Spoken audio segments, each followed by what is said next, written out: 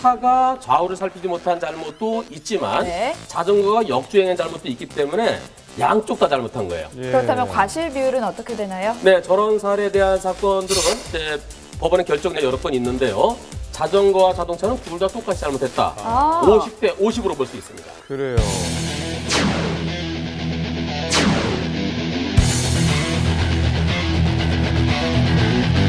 변호사님, 네. 그러면 저 학생은 다친 거 반밖에 치료비를 못 받는 건가요?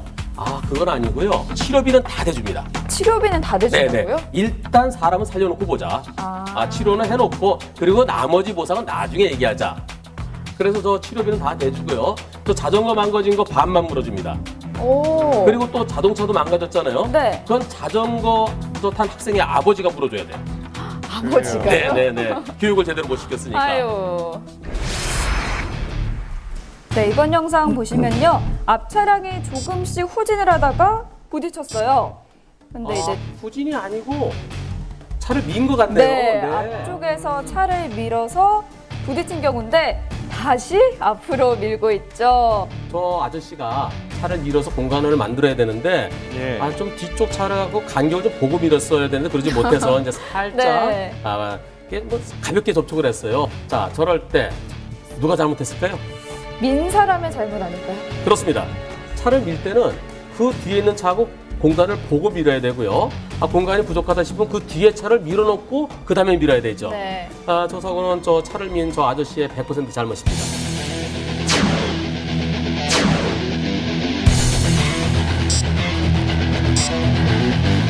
차량을 밀지 않았는데도 스스로 저절로 간 경우는 어떻게 되는 건가요? 경사진 곳에 네. 차를 세우면서 이 사이드 브레이크 안 채워놓으면은 슬금슬금 해서 밀려가는 경우가 있어요. 네. 그건 그 사람이 100% 잘못이에요. 그 차를 차의 세울 주인이? 때는 안전한 곳에 세워야 되죠. 그렇죠. 네, 안전한 곳에 그리고 경사진 곳이라면은 사이드 브레이크가 땡기거나 또는 풋 브레이크 밟아놓고요. 네. 그리고 그러고도 뒤에 고인물 같은 걸 해놓는 게 안전하죠. 앞에서 차를 민 사람이 그냥 확인을 하고 가버렸어요. 네. 이런 경우는 뺑소니 아닌가요? 뺑소니냐라는 생각이 드는데요. 뺑소니는 차를 운전하다가 부딪혔을 때 뺑소니 여부가 문제되는 겁니다. 그래요? 근데 저거는 차를 운전한 게 아니죠. 네. 예. 밀다 그랬죠. 민 경우죠. 실수죠. 네. 실수로 저렇게 된 경우는 뺑소니는 아니고요. 대신 민사적으로 책임 100% 져야 되겠죠. 네. 사고를 겪으신 후에 과실 비율 때문에 속상하신 분들 저희에게 의뢰해 주세요. 저희가 속 시원하게 풀어드리겠습니다. 한문철 변호사의 몇 대 면.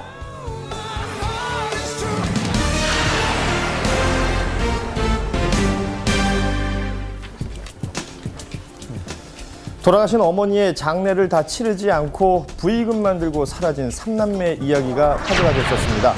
이 3남매는 도대체 왜 이런 행동을 한 것일까요? 직접 만나봐야지 그 이야기를 알 수 있을 텐데요. 모닝와에 대해서 단독으로 만나봤습니다. 지난 5월 황당하고도 기막힌 사건이 한 장례식장에서 벌어졌습니다. 어디 안치실에? 고인의 장례를 치른 이들은 바로 고인의 3명의 자녀들이었습니다. 장례를 치르고도 왜 어머니의 시신을 찾아가지 않은 것일까요? 가족분들이 지금 3일 동안 빈손을 차려놓고 중개금 받아놓고 부의금 다 받아놓고 그대로 싹 연락 안 되고. 부의금뿐 아니라 세 자녀는 어머니의 장례 비용도 치르지 않고 이곳을 떠났다고 합니다. 장례를 모두 치르고 발인만을 남겨둔 시점에서 이 3남매는 사라지게 됩니다. 그리고 5개월이 지난 지금까지도 어머님의 시신은 이곳 안치실에 안치되어 있습니다. 이 사건을 수사 중인 담당 경찰관에게 자세한 이야기를 들어봤습니다.